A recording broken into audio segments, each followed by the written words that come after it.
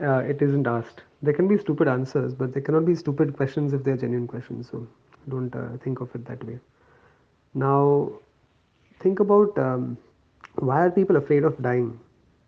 See, let's assume I said you have only one day, and this is the only day that you'll be living, and there's not going to be a tomorrow, or a day after, or next week, or whatever. This is the only day that you have in life.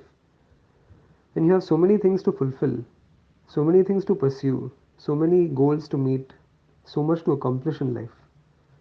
And you know that if this is the only day that you're going to live, you'll not have anything else to do tomorrow. There's no tomorrow, there's no future. And so that's one reason that if you extrapolate this one day phenomena to one life phenomena, you cannot meet all that you want to meet and accomplish all that you want to accomplish in just one life. And so people have these ichhas, these unfulfilled desires, ki yaar ye karna hai. That is one aspect of it.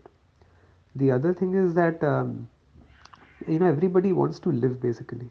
Everybody seeks experiences. Everybody seeks certain comforts, certain sense of fullness. They seek security, family support, many things in life. They seek all of this.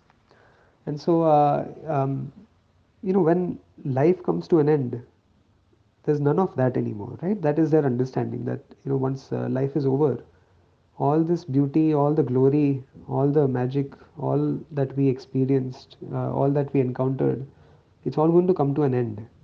And people miss it and they become attached to it. And they become attached to people and they become attached to situations, circumstances. They develop a comfort zone. And so, due to this, also, of course, there is this attachment, that bondage that you've created with the world and with the people around you. And you don't want to let it go easily. In fact, you don't want to let it go at all. You just wish it could exist forever. You want it to continue. And so that's the other reason people are afraid of dying. And sometimes people are not just afraid of dying, but they are also afraid of other people dying, right? Not just for themselves. And this is actually a fear I had about 3 years ago. So I'll tell you what happened. I used to meditate, and for a couple of weeks, my meditation was very disturbed.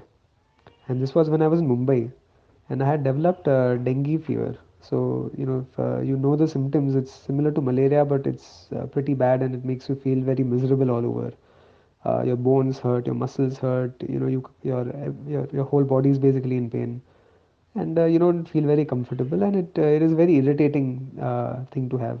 You know, God help that poor mosquito who bit me. But anyway, so in that situation, I was trying to meditate, and my mind kept going to one thought that okay, my parents, one day they're not going to be here, and I'm spending so much time in my sadhana, in my dhyana, and I should be spending more time with them instead, and just being around them because they will not be here forever. And every time I meditated for like those couple of weeks, this thought kept irritating me to the point where I couldn't focus anymore. It just preoccupied me entirely. And so what I knew that there was a problem. I knew that this problem has come from somewhere. And so I called my guru and I told my guru, she was in her Purvashrama, she was a clinical psychologist. So I described this issue to her because I knew that she would know where it's coming from. And so I called her and I said that, look, Saminiji, here's what's going on. For some reason, when I'm meditating, this thought about my family passing away is haunting me. And I need to get rid of it so I can get back to my game. So what she said is she basically like asked me to speak more. That's pretty much what I did. And so then in the process of speaking for those 15-20 minutes that we had the phone call, I spoke about an incident with my grandfather. So this was when I was about 19 years old, 18, 19 years old, and I was in Georgia Tech College. I was visiting Mumbai, and my grandfather was quite ill.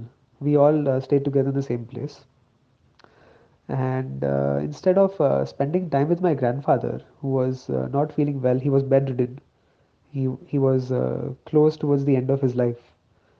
I went partying with my friends. We went partying. We went doing all sorts of crazy stuff. Someday, if and when you do have the inclination, I can share more details and pictures of that life with you. But it was a crazy lifestyle, and it was all about friends and hanging out and doing all sorts of nonsensical activities, which was a learning experience, no doubt. But anyway, that's that. So while my grandfather was ailing, I was not available to spend time with him. And when I was returning back to the US to start my semester, I went to his room to take his blessings, and it was suddenly he just gripped my hand, and he didn't let me go. He just held on to it for like 2 or 3 minutes. And at that moment, I realized that after this moment, I will never see my grandfather again. And he realized the same thing at the same time. And that's why he didn't want to let me go. And he just kept looking at me because he knew that once Prashant goes, I'll never see his face again. And I knew that once I go, I'll never see my grandfather again. And it was a very humbling moment.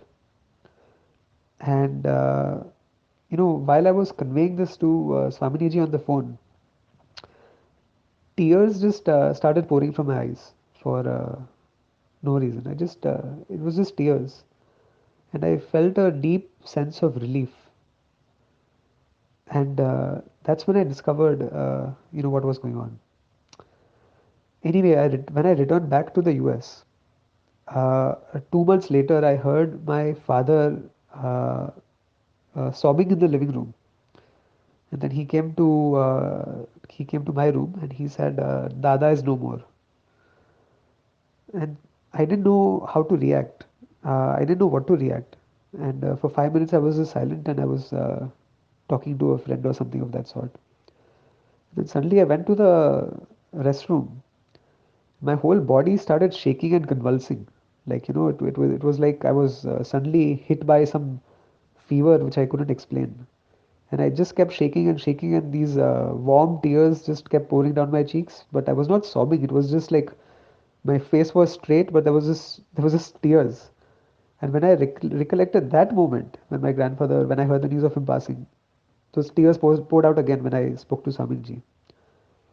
And that cured it, whatever it was that was ailing me. And I realized that that guilt I had about not spending time with my grandfather when he passed, that somehow became a deep rooted fear of losing my family members. I've never ever feared dying personally. Like, I could die tomorrow and I'll still feel very fulfilled because I think I've lived a meaningful life. I hope I've understood a few things about the world, about people, about myself, about reality. There's still a lot more to do, but the I, it's a life that was a satisfactory life. And so I've never had that fear, but that fear of other people dying, that also faded away on that day. And now I don't see it as much of an issue. Krishna Bhagavan says in the Gita, Vasamsi Jirnani. So it's a set of clothes that you put on, and this body is just one set of clothes, and there's another set of clothes that you'll put on the next life. And people come and people go, and people just have encounters, and life goes on, and that's what it is. So there are many reasons for people to fear death.